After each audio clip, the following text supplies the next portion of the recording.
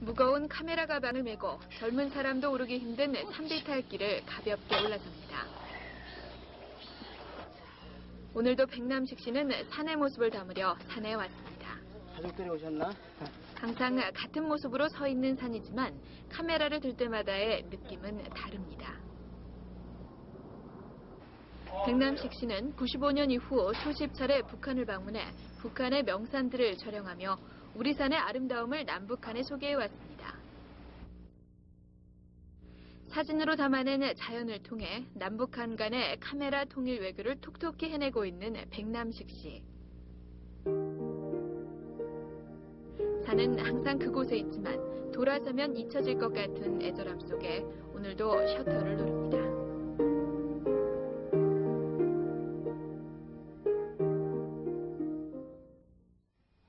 안녕하십니까. 비프리 뉴스의 윤방부입니다. 사진작가 백남식 씨는 북한 쪽 백두산에 관한 한 우리가 만날 수 있는 최고의 권위자입니다. 호주 영주권자인 그는 무려 80일 동안 백두산에 머물면서 해돋이 등 4계절 풍광을 촬영하기도 했는데요.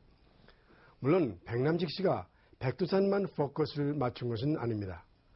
오늘 윤방부의 비프리 뉴스에서는 카메라 한 대로 바티칸부터 휴전선까지 종교와 이념의 장벽을 넘나들며 민간 외교에 앞장서고 있는 백남식 사진작가와 함께합니다.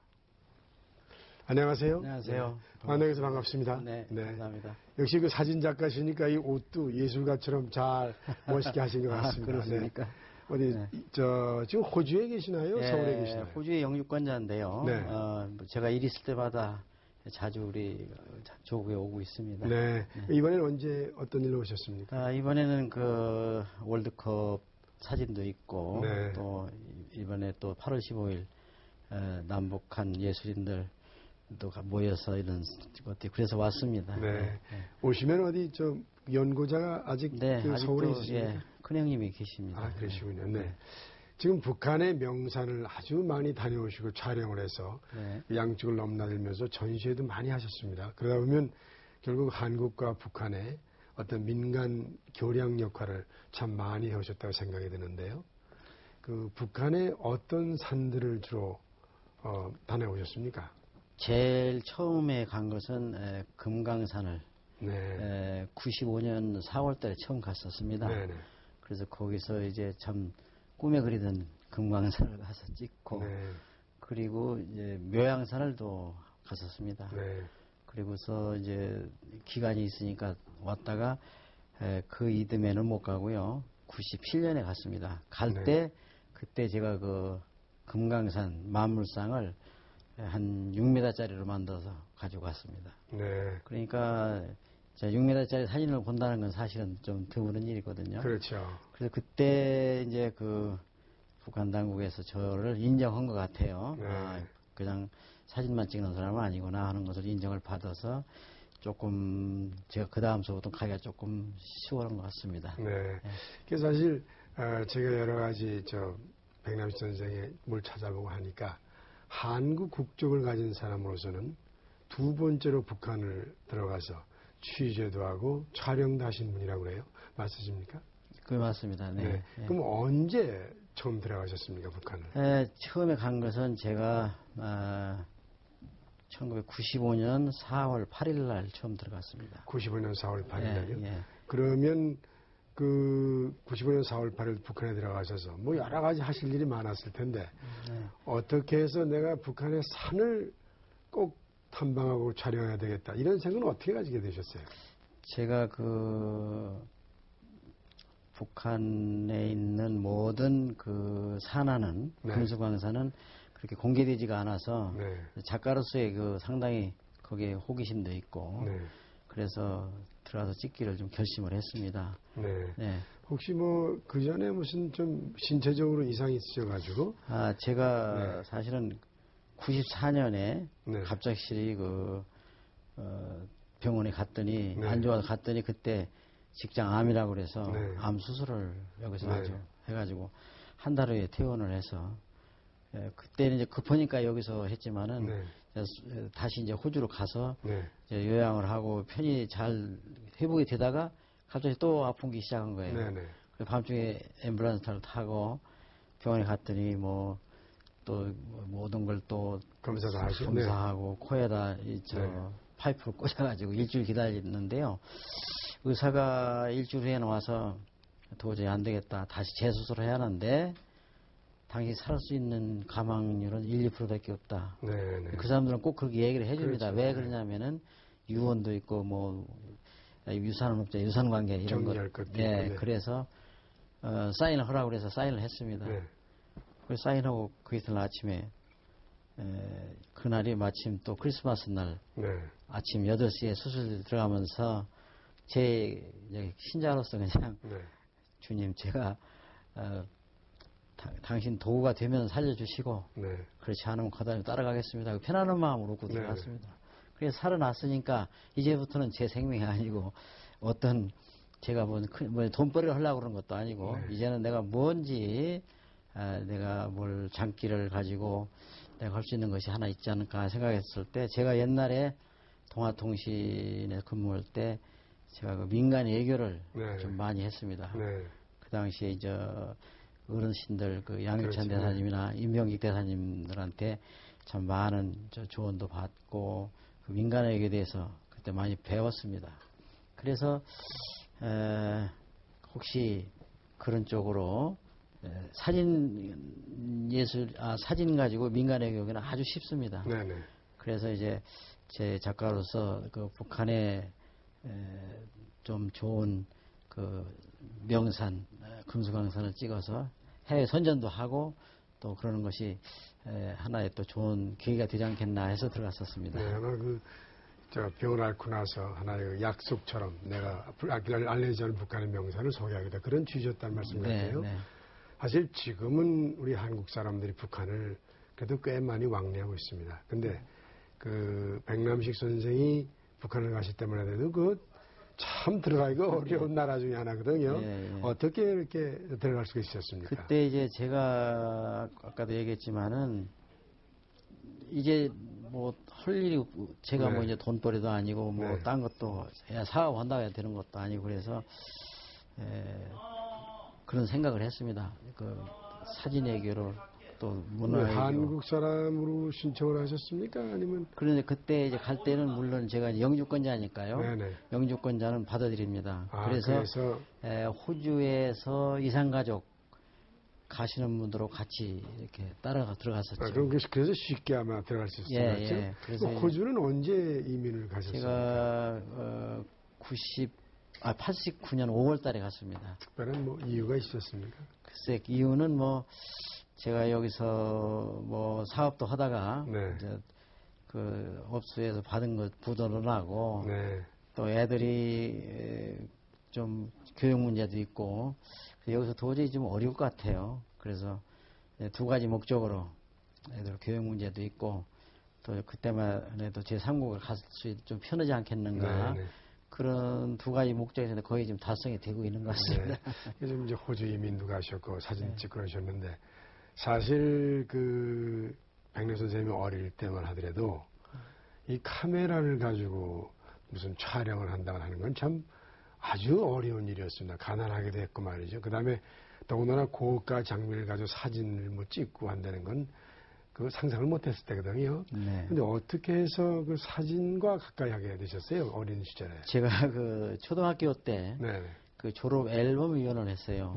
그러다 보니까 그 사진관에 그 사장님하고 자주 보게 되고 그래서 이렇게 보니까 그 선생님께서 일정시대 때 일본 오리엔탈 사진대학을 정식으로 나오신 유석영 선생님이십니다. 그게 어느 동네십니까? 강경입니다. 충청남도. 강경.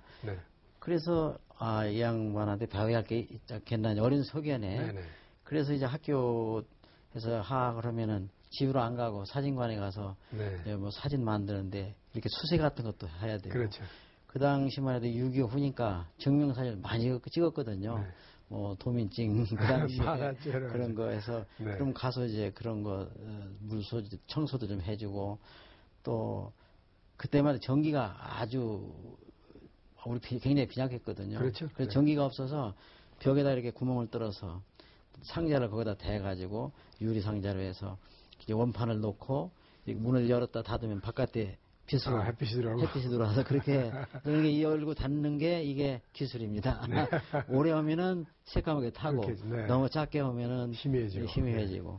그러다 잘못하면 귀싸대기도 한번 맞아가면서 네네. 그렇게 선생님한테 배웠습니다. 네, 그런 과정을 거쳐서 예. 그 다음에 그럼 그 과정에서 배운 기술을 언제 한번 그 평가를 받으신 적이 있습니까? 예, 제가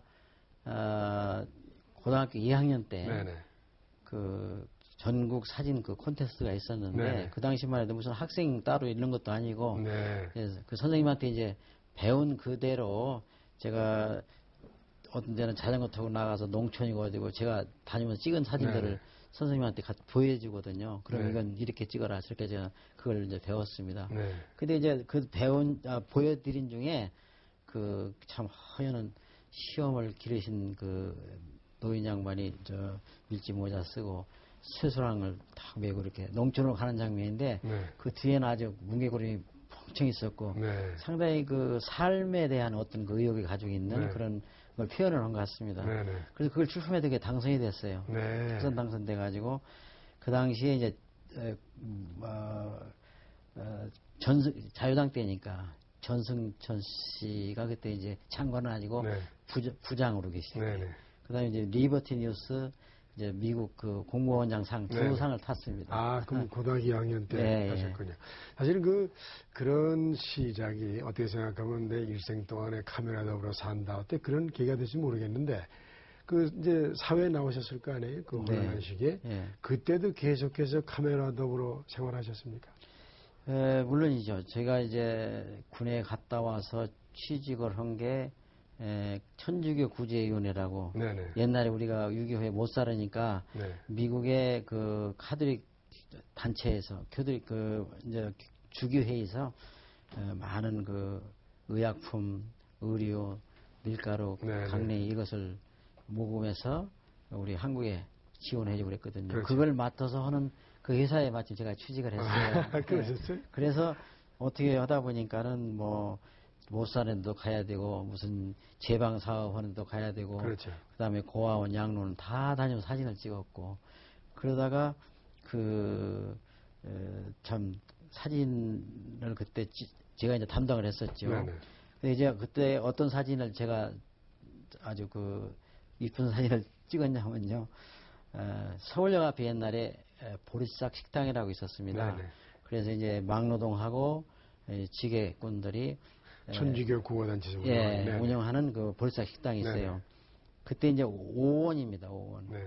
5원을 내는 이유는 인건비 때문에 이제 국수를 만들거나 뭐 이런 것 양념은 다 되는데 거기서 종사하는 인건비 때문에 5원씩을 내서 그 5원을 내면은 큰 그릇에 아주 국수를 맛있게 잡수고 가서 일을 할 수 있는데 그 라인이 굉장히 길었어요. 그래서 카메라 가지고 한 번에 찍어서 안 되니까 제가 3번을 찍어서 이걸 연결을 해서 그걸 미국의 본부에 보냈는데 이게 아주 히트한 작품입니다. 네, 그 구호단체에서는 아주 그 사진을 잘 이용했군요. 예. 그것이 이제 돼가지고 그것이 이제 말하자면은 그 독재가들한테 보여주는 하나의 그렇죠. 좋은 저가 됐었죠, 계기가. 돈을 걷어들이는. 예. 모금하는데 상당히 좋은. 그래서 그 단체에서 무슨 상도 좀 받으셨습니까? 그때 참 상을 받은 게 뭐냐면 제 꿈에 그 당시는 이 전문가들이 쓰는 브로니카가 일본에서 나온 건데 그게 굉장히 가격이 비싸서 우리는 감히 생각도 못했는데 우리 이제 카톨릭 기획관리실장님이 네가 갖고 싶은 카메라가 뭐냐 그 얘기했더니 그걸 내가 하나 사주마. 그래가지고 그거 받고 또 말하자면 한층 올라가고 또 일주일 동안 특별 휴가도 받아서 아주 좀 그때 좋은 사진도 찍으시고 말이에요. 이제 그렇게 구제단체에서 일을 하시다가 그 다음에 어떻게 통신사에 입사하셨나요? 그 통신사로 가게 된 동기가요. 제가 그 당시 이제 여기 카톨릭 구제위원회가 이제 어느 정도 우리가 경제 성장이 되니까 그 당시 박 대통령께서 이제는 구호 사업을 안 해도 되니까 그래서 이제 그게 잠정적으로 문을 닫게 됐죠. 그런데 그 당시 제가 가톨릭 구제위원회 다닐 때 어느 고아원에 가서 이제 말하자면 혼혈아 아이들이 이제 우리나라 국어책을 놓고 공부 열심히 하는 걸 찍은 걸 제가 국전에 냈습니다. 네. 그게 당선이 됐어요. 국전에요. 예. 네. 그래서 제가 거래하는 그 듀티점에서 이걸 좀 우리 진열장에 놓겠다. 좀 놓겠다. 그리고 그게 상당히 눈이 많이 띄었습니다. 네. 그러자 마침 그 펄벅 재단이 이 가해동에 있었습니다. 네네. 거기 이제 지부장이 왔다 갔다 하다 보니까 자기네들이 이 교육 사업의 상징적인 사진이니까 네. 이 사진을 좀 팔아라. 네. 그래서 이제 만나가지고 얘기해서 그러면 돈 20만 원을 달라 그 당시에요. 네네. 거금이죠, 20만. 예, 굉장히. 네. 그러니까 너무 비싸서 못 사겠다. 그러면 그만두자. 그래서 이제 갔는데 또 한 달 후에 또 와서 사자는 거예요. 그래서 이제 그때 이제 피카소 얘기를 했습니다. 네. 또 피카소 그림을 너 이해를 하겠냐? 그렇죠. 그건 뭐 더 비싼 건데. 네. 그래서 나는 이제 사진이니까 그나도 한 거다. 근데 이해는 하지만 자기네들 그 예산상 좀 어려우니까 안 되겠다고 그래서 갔어요. 네. 또 세 번째 또 프로포즈를 하는데 그래서 이제 제가 그때는 딱 작심을 하고 당신네들이 한국에 와서 혼혈아 애들한테 교육 사업을 한다고 그러는데 걔네가 선물하마. 무료로. 예, 네. 10원 하나도 안 받겠다. 네네. 그때 깜짝 놀라는 거예요. 네. 그렇게 그냥 완강하게 하더니 그냥 무료로 준다니까. 좋다고 그래서 이제 받아서 가지고 깨끗이 청소해서 보냈죠. 근데 다음에 연락이 왔어요. 우리 말하자면 미군 기지에 다니면서 카운셀러 다니는 직원들한테 사진 강의를 좀 해주라. 예. 왜냐면은 찍는 게 좀 너무 멀으니까. 그래서 가서 한 2시간, 1시간은 찍는 요령하고 실기 그걸 해줬는데 그 당시에 끝나고 나서 저 격리과에서 부르니 가니까 돈 3만 원을 넣었어요. 네네. 그게 3만 원이면 그때 대단한 네네. 금액입니다. 그 3만 원을 받아가지고 그래서 연관이 돼서 이제 그러고 있는데 마침 펄벅 여사가 한국에 오신다고 그러는데 거기서 연락이 왔어요. 네네. 펄벅 여사가 한국에 오시면은 그때 너 아무것도 말고 우리 할머니만 따라다니면서 사진을 찍어서 네네. 우리한테 좀 제공해 줄 수 있느냐. 그 보수는 주겠다. 좋다고. 그래서 그게 인연이 돼가지고 그 사진도 하도 크게 이제 걸어놓으니까 할머니가 아주 저한테 대한 아주 그래서 할머니께서 우리 재단에 와서 같이 일을 하자. 그래가지고 어떻게 동아통신도 연결됐습니까? 예. 펄벅재단에서 근무 중에 동아 그래프가 있었습니다. 그 당시에. 네네. 그래프에서 그 봄에 대한 그 사진을 좀 출품을 해달라고. 그래서 네. 그 사진을 출품해 동아통신 화보에 나왔는데 그 국장이 사진이 좋으니까 우리 같이 일을 좀 할 수 없겠느냐고. 그래서 그냥 막바로 사진부 차장으로 입사를 했습니다. 아마 이게 꽤 앞으로 그 다음에 산업 인생에 도움이 되셨겠죠. 네. 지금 북한의 여러 산을 다녀오신 거로 제가 알고 있습니다. 또 촬영도 하시고 네. 물론 다 주옥 같겠지만은 특히 기억에 남는 산이 있으십니까? 역시 우리 백두산은 정말 그 성산입니다. 네. 처음에 제가 89년에는 제가 중국으로 가서 처음 봤거든요. 네네. 근데 딱 봤을 때 그 천지에서 무슨 호령 오는 것 같고 네. 위압감이 생기고 굉장히 그 파란 그 물이 참 정말 너무나 가슴에 닿거든요. 그래서 이 백두산을 놓고 한 번 이제 좀 뭔지 작품을 만들어야 되겠다. 그래서 이제 백두산에 대해서 굉장히 그래서 그런데 전부 중국 쪽에 가서 찍는 것은 조금 그 사진이 저 백산 그림이 좀 나오고 있는데요. 그렇습니까? 한번 설명을 좀 하시면서 또 얘기를 나눠볼까요? 저기 어디입니까? 이게 이제 북쪽에서 바라본 이제 백두산입니다. 네네. 대개 우리 관광객들 가면 건너편에 있는 중국 땅에서 보는데 이건 완전히 북한 쪽에서 찍은 그런 사진이거든요. 그런데 이때 갈 때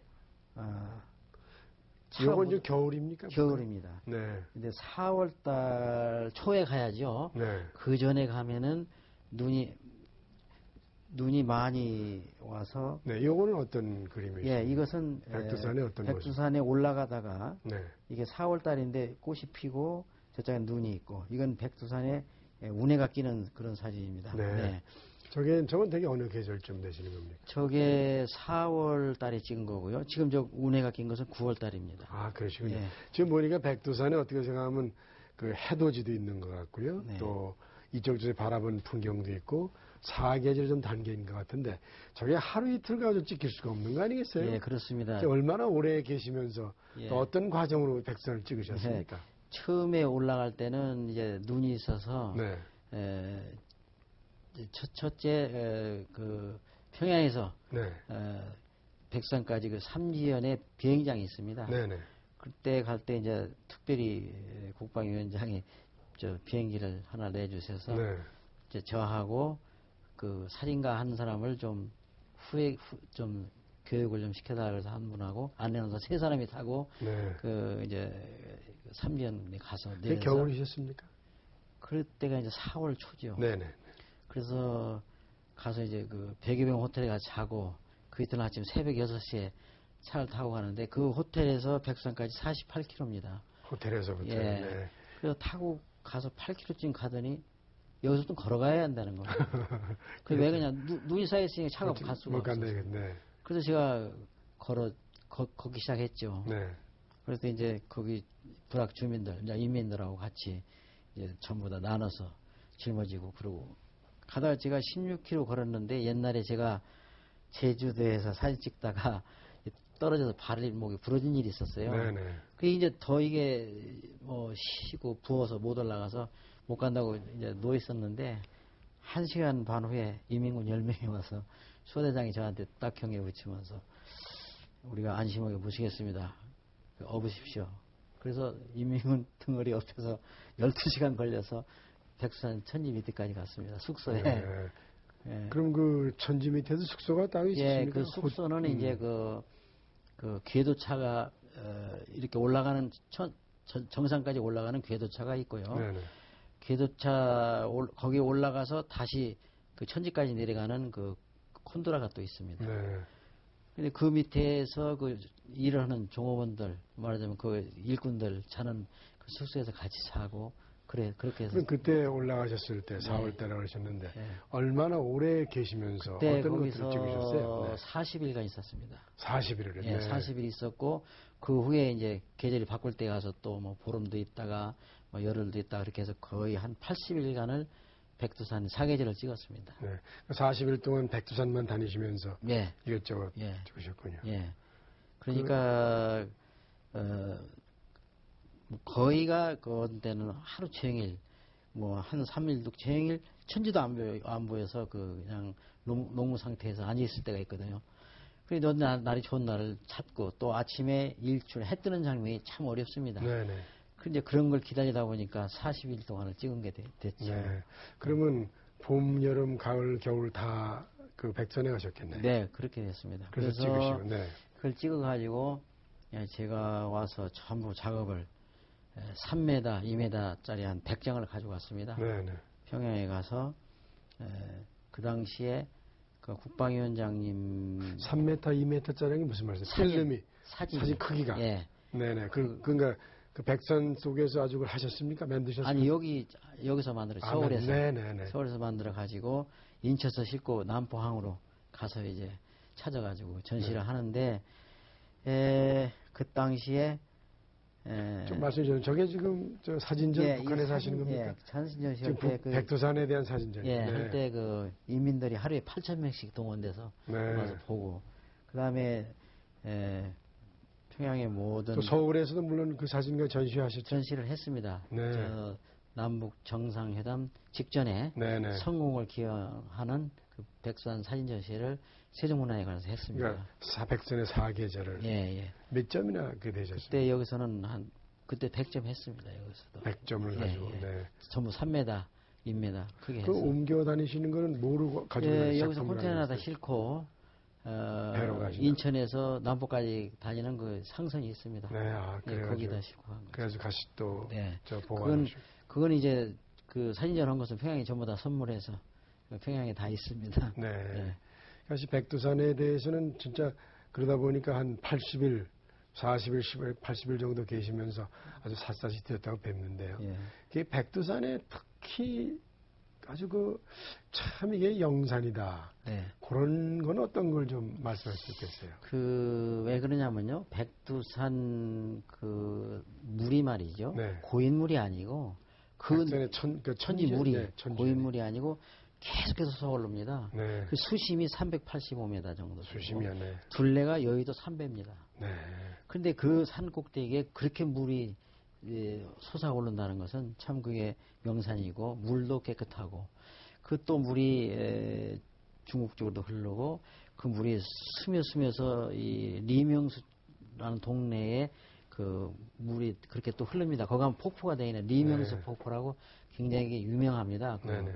그래서 그 물 먹으면 맛있고 또 예, 그래서 그 백두산에 가지고 있는 그 전체의 그 물량이라든가 또 거기에 곤충이라든가 식물이 보고예요, 거기가. 그래서 그 백두산을 중국 쪽에서 본 것도 그쪽에 내려가서 모든 식물들을 야생화를 접할 수 있는 것들을 보면은 굉장히 정말 흐뭇하고 우리 명산이구나. 천지의 물이 특히 그걸 느끼시는군요. 예.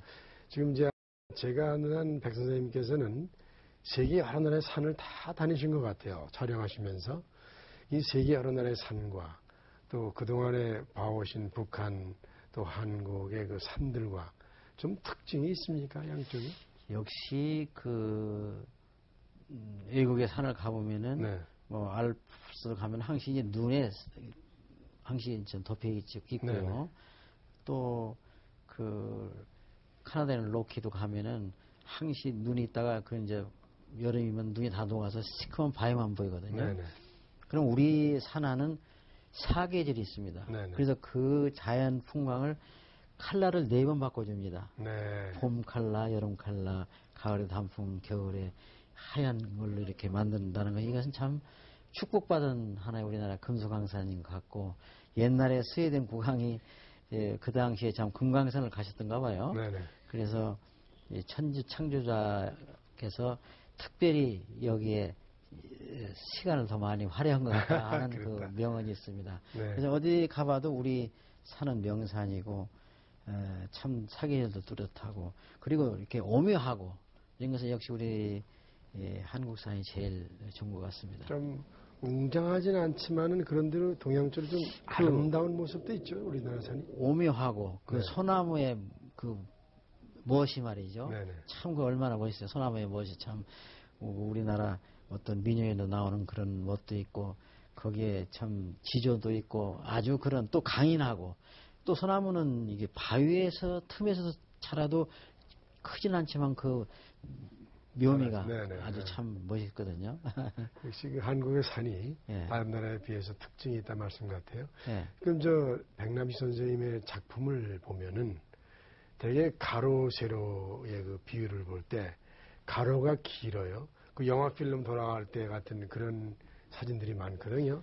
그걸 우리가 파노라마 사진이라고 표현하는데요.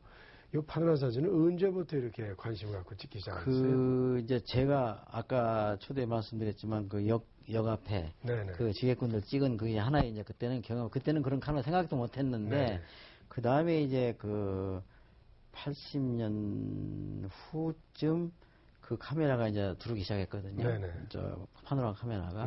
근데 그때 너무 비싸서 사기도 그렇고. 근데 우연히 참 빌려 쓸 수 있는 친구가 있어서 그 이제 빌려서 쓰기 시작하니까 역시 욕심이 많아서 그런지 이만큼 찍는 것보다는 3배가 더 찍어지거든요. 그래서 이제 그때부터 그 카메라를 빌려서 찍기도 하고 나중에 이제 사서 찍기도 하고 그래서 저는 비교적 파노라마 사진을 많이 찍고 있습니다. 언제부터 이렇게 찍으셨습니까? 그러니까 파노라마로 찍기 시작한 것은 80년 후반서부터. 그 파노라마 사진이 일반 사진하고 뭐 장점이 있고 단점이 있고 그렇습니까? 좀 차이점이 많이 있습니까? 장점이라는 것은 기존 카메라는 한 카트로 찍을 수 없는 것은 3카트를 한꺼번에 찍어지거든요. 그러니까 이제 그래서 풍경을 많이 담을 수가 있고 단점이라는 건 필름이 많이 들어가니까 그거밖에 없죠. 찍는 기술상엔 어떤 게 들어가요? 기술상에는 역시 이제 조금 경험이 좀 있어야 되고 첫째는 보는 앵글이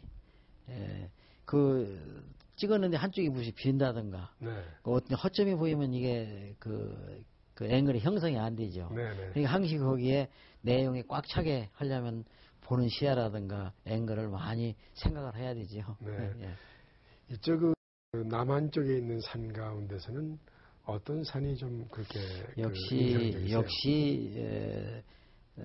여기 다 다니셨죠, 물론 다 다니셨죠. 예, 네. 설악산이 저는 설악산이 금강산보다는 좀 더 좋은 것 같아요. 설악산이요. 예, 네. 왜냐하면은 지금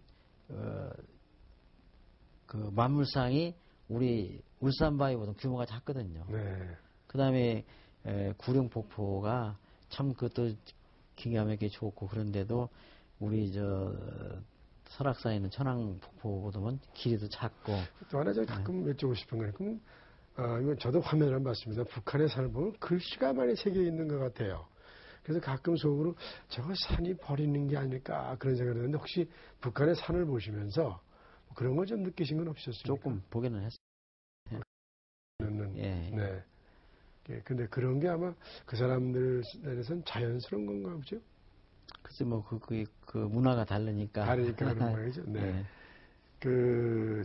이제 사진을 찍으셔가지고 전시회도 열으시고 또 여러 가지 민간적인 교류를 통해서 외교적인 입장도 좀 많이 하신 것 같아요. 남한이나 북한이나. 그래서 그때 아까 얘기하시다 말았지만은 2000년 네. 국방위원장 생일 때 인민대학습당에서 전시회를 했습니다. 네네. 그 인민대학습당이 북한에서는 최고의 건물입니다. 네네.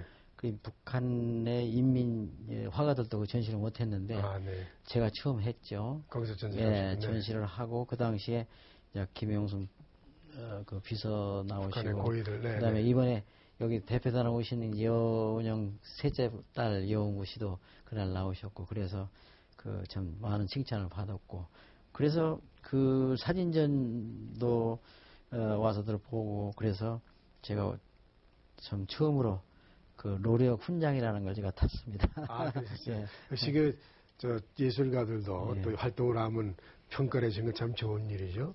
2000년에 김대중 대통령께서 바티칸의 교황 요한 바오로 2세를 방문해서 단독 면담을 하신 적이 있다고 그래요. 예. 그때 사진을 찍은 유일하신 작가시라면서요. 예, 제가 한 가지 에피소드가 있는데 제가 그때 북한 전시를 하고 그리고 이제 제가 와서 아침 새벽에 뉴스를 들으니까 대통령께서 로마로 해서 독일로 이렇게 가신다고 뉴스를 들었어요. 그러면 틀림없이 교황님 이제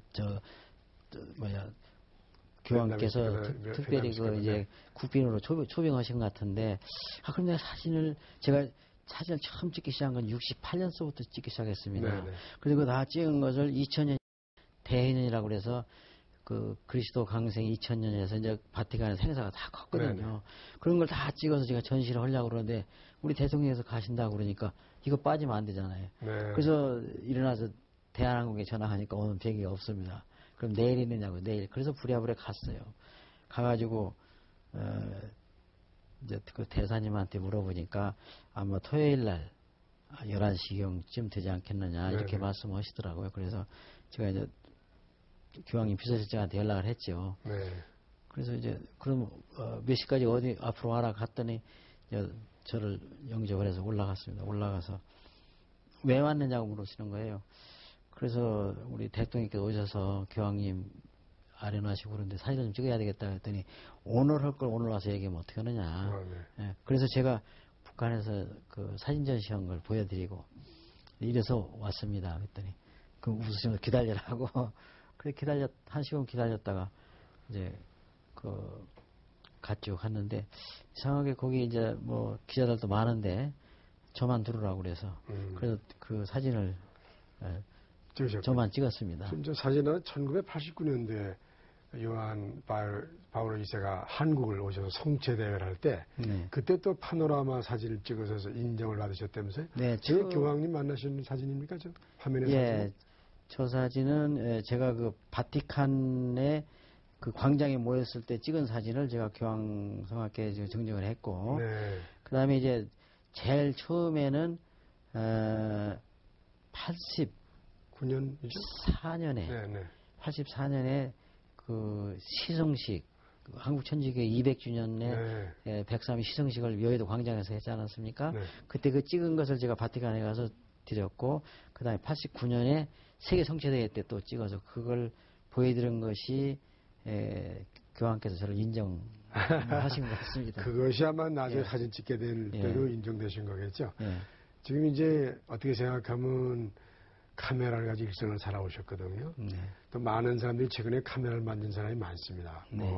또 사진 기술도 좋아지고 카메라 좋아졌는데 지금까지 쭉 사진을 찍어 오시면서 그 사진을 어떻게 찍는 것이 가장 좋은 거다. 뭐 그런 게 있으시면 좀 뭐 사진의 철학이랄까 뭐 이런 게 있으면 말씀하시죠. 사진은 어떻게 찍느냐가 아니라 무엇을 찍느냐가 이게 중요한 거죠.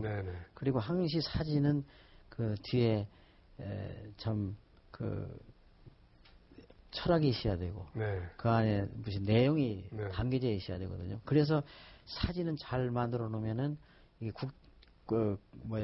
국제 공통어라고 합니다. 뭐 참 소위 인터내셔널 랭귀지라고 하는데 사진이 좋으면 어느 나라에서 봐도 이 사진은 참 좋구나 그러거든요. 그러니까 항시 사진을 찍을 때는 내면에 어떤 스토리가 들어가 있는 그 철학이 들어가 있는 사진을 찍어야만 제3자들이 보고 그 참 사진이구나 하는 걸 인정받게 되는 겁니다. 그러면 지금 아까 어떻게보다 무엇을 구체적으로 무슨 말씀 예를 들면 그러니까 사진을 어떻게 찍어야 할까 이거보다는 사진을 찍는데 소재가 뭔가 제3자가 볼 때 그 속에는 무슨 내용이 들어있다든가 그러한 철학이 들어있다든가 소재를 정하는 게 중요하다.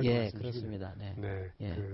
물론 거기다가 어떻게 찍냐는 테크닉도 아주 중요하게 그렇죠. 이제 되시겠죠. 뭐 이 카메라 메커니즘에 의해서 요즘은 그냥 뭐 요즘 말로 셨다 한번 누르면 사진이 되는 거니까 그건 아무나 왜냐하면 모든 게 다 자동으로 돼 있으니까 할 수 있는데 그 내면에 얘기가 돼야 되거든요. 알았습니다. 그래야만 사진이 되는 거죠. 그럼 이제 지금까지 사진 쪽까지 살아오시고 여러 가지 계획도 있을 텐데 앞으로 계획이 있으면 좀 간단히 말씀해 주시죠. 앞으로 계획은 그렇습니다. 제가 이왕이면은 백두대간을 다 찍어서 하나의 완성을 해서 이걸 전시도 하고 책도 하나 만드는 것이 하나의 제 좀 소원입니다. 그래서 가을쯤에 칠보산을 아직 못 찍었거든요. 칠보산을 좀 들어가 찍어야 되겠는데 지금 어떻게 되는지 아직 모르겠습니다. 가을쯤에서요? 그리고 다른 무슨 계획은 없으십니까?